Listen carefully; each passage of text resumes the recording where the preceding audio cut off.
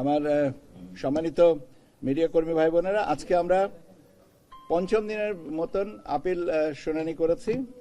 আজকে আমাদের মোট 100টা আপিল আমরা রিজলভ করেছি। তার ভিতরে 73টা অ্যাপ্রুভ করা হয়েছে। 73টা অ্যাপ্রুভ করা হয়েছে আজকে, 17টা রিজেক্ট করা হয়েছে, আর 10টার শুনানি ডেফার করা হয়েছে বিভিন্ন কারণে, আগামীতে নেওয়া হবে। এই হচ্ছে আপনার 100টার হিসাব। এ যাবৎ আমরা 380টা, এই 5 দিনে আমরা 380টা আপিল আমরা শুনেছি। তো 380-র মধ্যে অ্যাপ্রুভ হয়েছে 277টা, রিজেক্ট হয়েছে 81টা, আর বিভিন্ন কারণে ডেফার করা হয়েছে 23টা। ঠিক আছে, একটা সেকেন্ড। টোটাল আপিল দায়ের করা হয়েছিল 645টা, আর আমরা 18 তারিখ পর্যন্ত আপিল শুনানি করব। আজকে যে 73টা মঞ্জুর হয়েছে, এটা কি প্রার্থীতা ফিরে পেলেন 73 জন? না, ফিরে পাওয়ার ব্যাপারটা হচ্ছে যে প্রার্থীতা ফিরে পাওয়ার বিষয়টা তো না। বৈধ প্রার্থীর বিরুদ্ধে আপিল হয়েছিল। বৈধ প্রার্থী যারা রিটার্নিং অফিসার বৈধ করেছেন, সেই হিসাবে ফিরে পাওয়ার দুটো কেস ছিল, তার দুইটা ছিল, সেই দুইটা। তাহলে যে আপিল করা হয়েছিল 73, না বাদ যাবে না। গণনা প্রসেসে আপিলকারী বলেছেন যে জনাব অমুকের প্রার্থিতা সঠিক না, সেটার বিরুদ্ধে প্রার্থী মনোনয়ন যেটা রিটার্নিং অফিসার দিয়েছেন সেটার বিরুদ্ধে আপিল ছিল। তো সেই আপিলটা খারিজ করা হয়েছে, তার মানে মনোনয়ন বহাল আছে। জি, ঠিক আছে।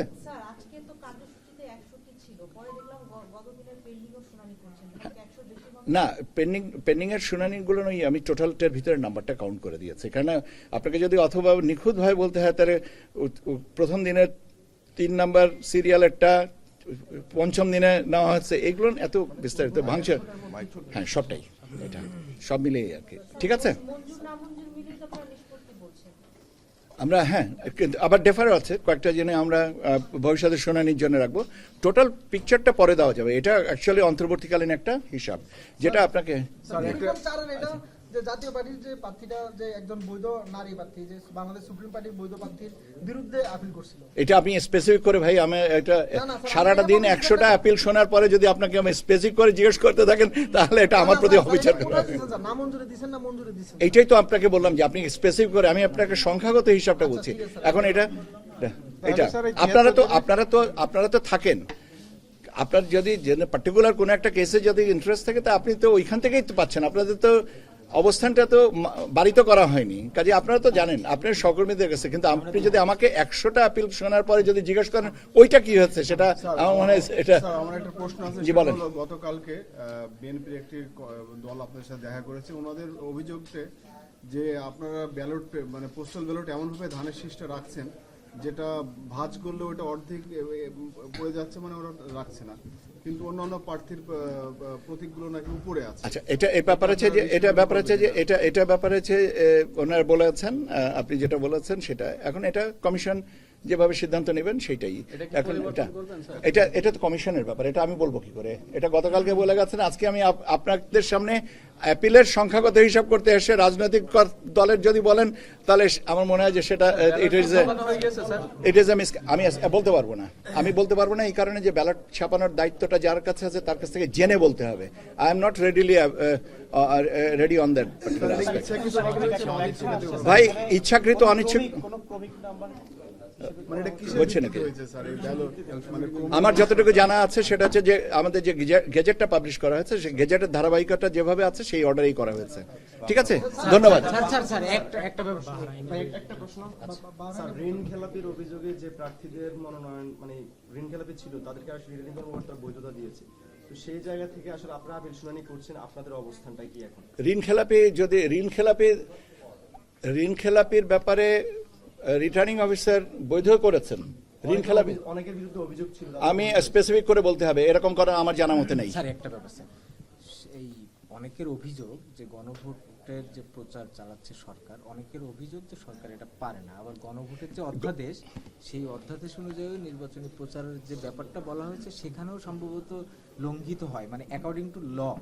মানে আমার সন্তান আমি তো করব, আপনি কিন্তু ল তো লিসেন, আপনি গণভোটের প্রচারণার ব্যাপারে আপনি নির্বাচন কমিশনকে জিজ্ঞাসা করছেন, যেটা আপনি নিজেই বলছেন যে সরকার প্রচারণা করছে। যারা প্রচারণা করছেন তাদের কাছে জিজ্ঞেস করেন, আমাকে জিজ্ঞেস করতেছেন কেন? ধন্যবাদ আপনাদেরকে। স্যার বাহরাইনের যে পোস্টাল ভোটের বিষয়টা স্যার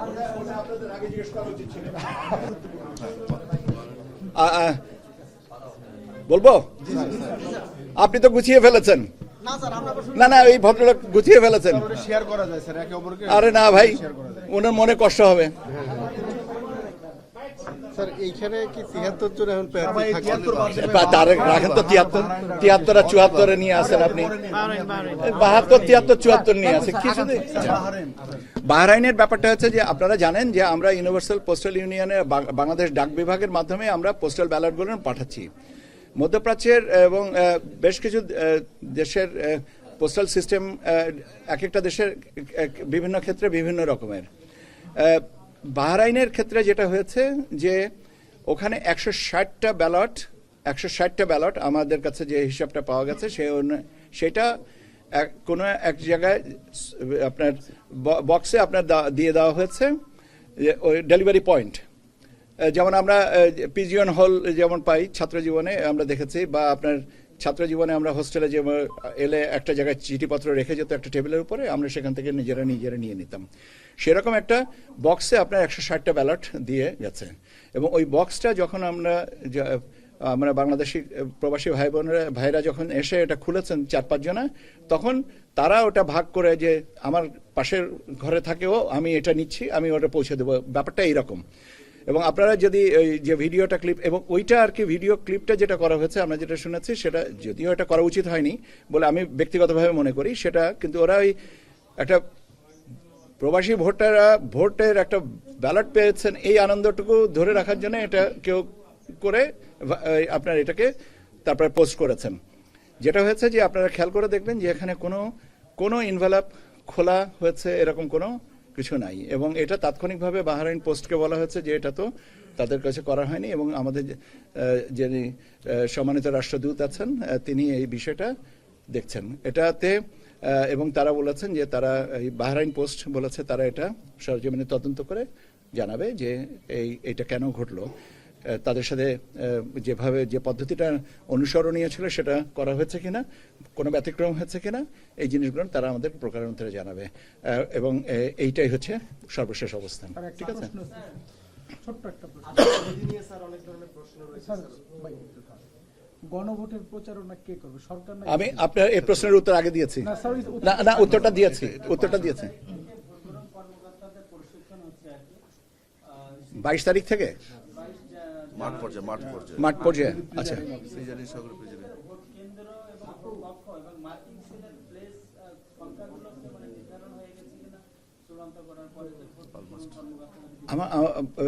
যদি আমি আপনার কথাটা নিয়ে, যদিও আমাকে কেউ জিজ্ঞাসা করে যে যদি দিয়ে প্রশ্ন করলে আমি যদি দিয়ে উত্তর দিতে চাই না, কিন্তু আপনার প্রশ্নের উত্তরটা কিন্তু আপনার প্রশ্নেই আছে যে যেহেতু মাঠ পর্যায়ে প্রশিক্ষণটা হবে, প্রশিক্ষণটা কাদের নিয়ে হবে, হচ্ছে তো আপনার প্রিজাইডিং অফিসার এবং ভোট গ্রহণ কর্মকর্তাদের। তো সংখ্যা যদি হিসাব না করা হলো তাহলে প্রশিক্ষণে আমরা শুরু করব কি করে?